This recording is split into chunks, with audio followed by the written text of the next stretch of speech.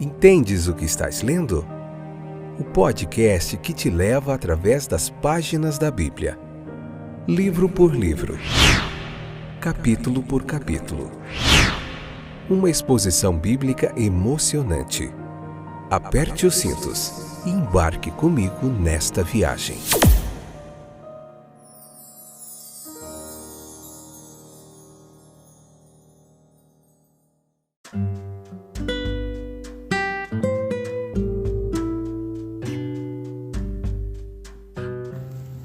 Olá, eu sou o Fábio e este é mais um excepcional episódio do podcast Entendes o que estás lendo? Hoje Mateus capítulo 4, episódio de número 589, a parte 3 do capítulo 4, essa é a 8ª temporada, onde a gente está vendo capítulo por capítulo do livro de Mateus. Tem sido uma jornada excepcional, de muito aprendizado, de muito conhecimento bíblico. Hoje a gente vai falar de Jesus como sucessor de João. Vamos também falar um pouquinho da convocação para se arrepender, que foi a convocação ali de João. O que mais? A mensagem comum entre João e Jesus. Qual que foi essa mensagem de arrependimento? Depois ali nós vemos no finalzinho ali os pescadores de homens, né? E tudo isso vai ser muito legal para a gente poder entender mais do texto bíblico. Tudo bem com vocês? Satisfação tê-los de volta. Tem chegado bastante gente nova aí nos últimos dias que tem se interessado em aprender mais da palavra de Deus através do nosso podcast. E você encontra esse trabalho, o podcast Entende o que estás lendo, aí no Deezer, na Amazon Music, na Apple Podcasts, no Google Podcasts e em tantos outros distribuidores aí. Você encontra esse trabalho excepcional, onde Deus tem alcançado vidas ao redor do mundo. Hoje a gente vai continuar, tá bom? Te convido a ler o capítulo 4 com calma, em oração, se possível buscar um local em silêncio, ouvir a nossa explicação, fazer as suas anotações, das dúvidas, para você entender melhor do texto. Se quiser nos enviar também, entrar em contato conosco, a gente também pode expandir mais essa conversa sobre o texto bíblico. Então, os eventos da vida do nosso Senhor, relatados aqui, imediatamente após a sua tentação, eles são um pouco difícil de rastrear, de entender. Parece que houve um primeiro ministério na Judéia, mas a duração ela é muito contestada pelos eruditos e estudiosos bíblicos. Depois houve um ministério na Galileia, que parece ter sido iniciado antes de chegar a notícia da prisão de João Batista. Então tem uma lacuna aqui entre os versículos 11 e 12 desse capítulo. E as declarações gerais do evangelista Mateus, elas podem ser complementadas com detalhes preciosos dos outros evangelhos, especialmente o evangelho de João, que em algumas passagens tem um relato mais completo. E o ponto que a gente vai se fixar aqui, atenção, é assim que a obra de João cessou e Jesus retornou, a sua obra executou. Deus nunca deixa a sua obra falhar, jamais. Ele sempre mantém suas testemunhas testemunhando. A remoção de um é sempre a colocação de outro. A verdade é mantida viva no mundo por uma sucessão constante de portadores da verdade.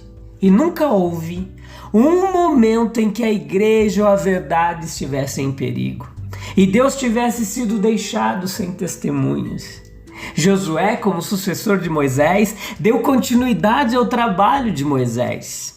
Essa obra foi a remoção de Israel do Egito e seu estabelecimento na terra prometida. Eliseu, como sucessor de Elias, deu continuidade ao trabalho de Elias. E o Senhor Jesus, de certa forma, deu continuidade à obra de João Batista. Em João foi apenas um começo, uma preparação para a justiça. O Senhor Jesus deu continuidade à obra do Pai e conduziu as almas à alegria do perdão e ao poder da santidade. Josué era diferente de Moisés, Eliseu era diferente de Elias e o Senhor Jesus era diferente de João. Capítulo 4, versículo 17, há uma convocação clara neste capítulo ao arrependimento. Parece que, embora primeiro João Batista tenha proferido o apelo arrependei-vos ao anunciar o advento do reino dos céus, Mateus 3 primeiro, e enquanto agora o próprio Jesus faz o mesmo, o encargo de pronunciá-lo não foi comprometido com os 12. Mateus 10, 7, nem com os 70, Lucas 10, 9. A razão talvez seja esta: o trabalho desses discípulos foi intencionalmente didático e não dogmático para aquele tempo presente, enquanto todo o peso da solene responsabilidade de apelar às almas dos homens e despertá-las seria estritamente atribuído ao profeta João Batista e para aquele profeta maior, semelhante a ele, Jesus. O texto nos informa, pelo menos agora, que Jesus não apenas ensina, mas prega. Não apenas realiza obras poderosas, mas exige audiência para apelos poderosos de natureza direta, pessoal e resultados práticos deles. O mundo conheceu muitos apelos ao arrependimento antes deste. Talvez nunca antes um como este. Exceto no caso dos apelos dos profetas mais antigos e daqueles dirigidos quase exclusivamente ao próprio povo. No entanto, a pregação de Noé ao velho mundo, a pregação de Jonas a Nínive são exemplos. São exemplos justos do verdadeiro apelo aos homens sobre os direitos das coisas, sobre os direitos eternos, para arrependerem-se. No entanto, os atuais apelos de João Batista e de Jesus deram início ao som.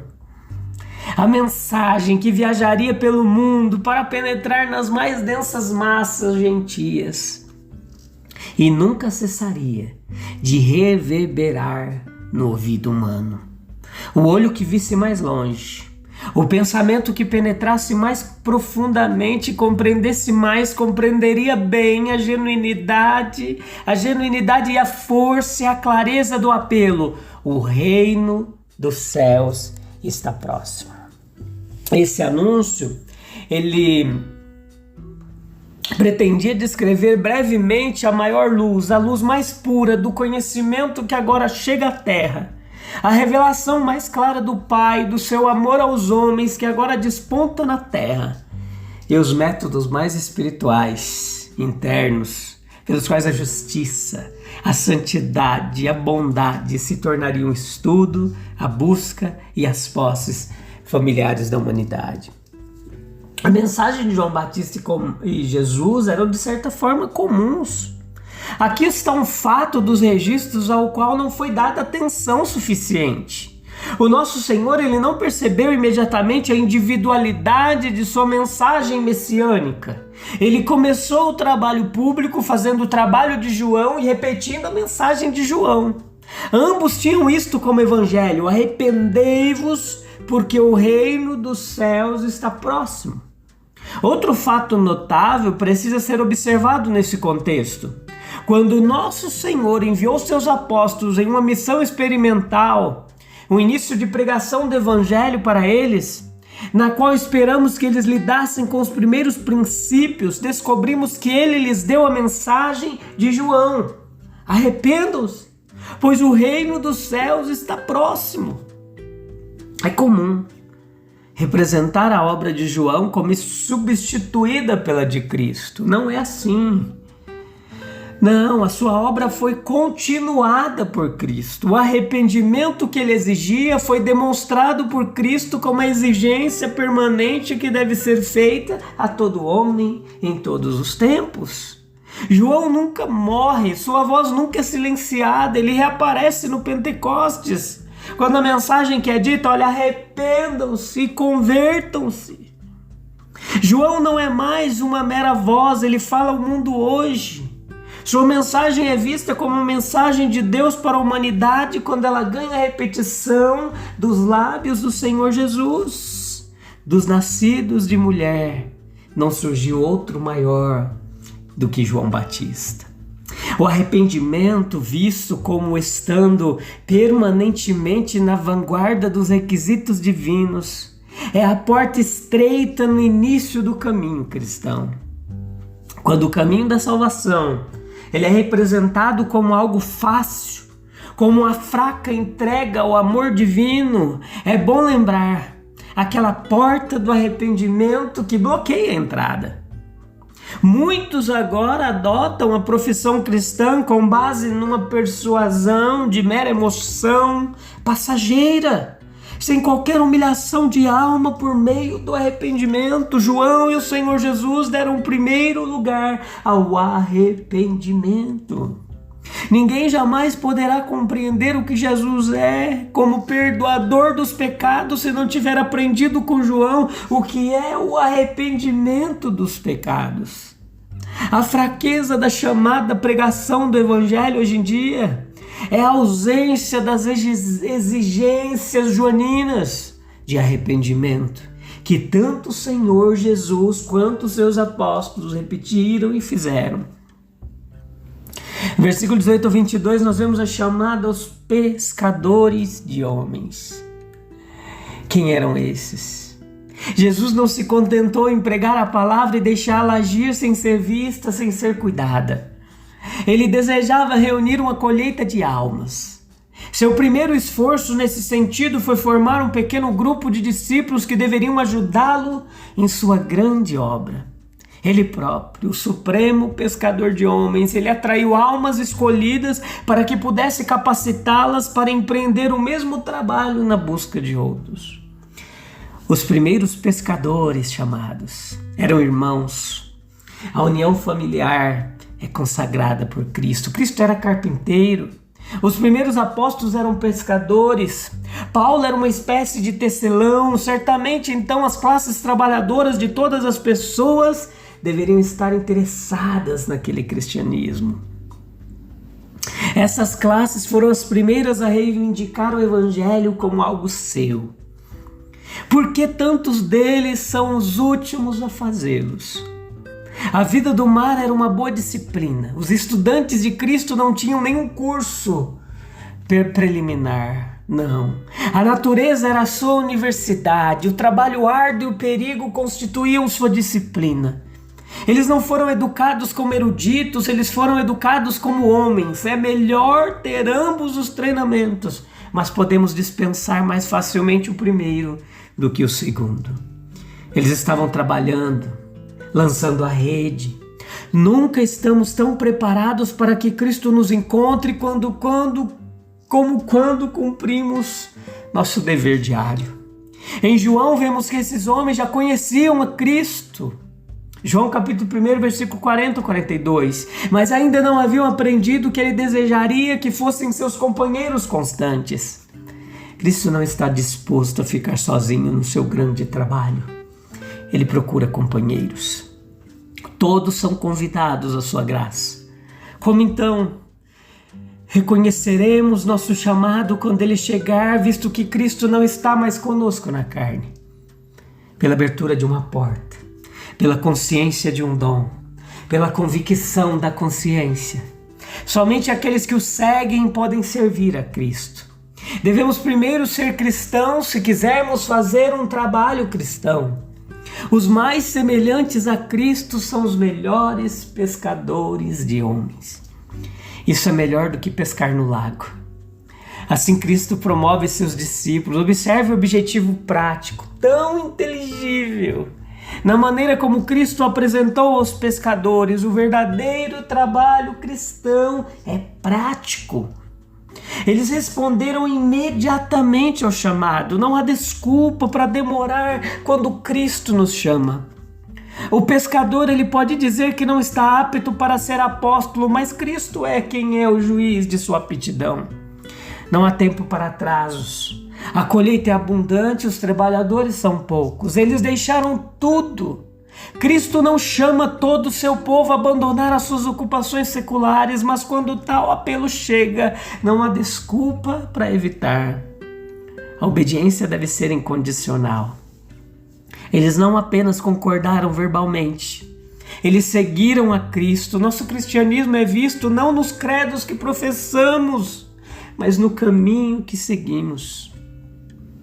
Por que, meus queridos, tantos das classes trabalhadoras são os últimos a reivindicar o Evangelho como seu? Como nós reconheceremos nosso chamado quando Cristo chegar? Pense nisso, reflita nessa palavra abençoada, que ela possa transformar seu coraçãozinho, trazer paz a Ele em meio às incertezas da sua chamada, para fazer parte dos discípulos de Cristo. Vamos orar? Jesus querido, nós jamais poderemos compreender o que Tu és, Jesus, como perdoador dos nossos pecados, se nós não tivermos aprendido com João o que é o arrependimento dos pecados. Senhor, concede-nos a sabedoria para compreender a importância do arrependimento, como João Batista nos ensinou, para que a gente possa verdadeiramente entender o perdão que Tu ofereces. E isso através de Jesus Cristo. Amém, amém, amém. A gente se encontra no próximo episódio para concluir o capítulo 4, tá bom? Sem perca de tempo, sem falta, te encontro lá. Esse é o podcast Entendes o que Estás Lendo. Obrigado pela sua audiência, pela sua paciência. A gente volta em breve. Um abraço. Tchau, tchau.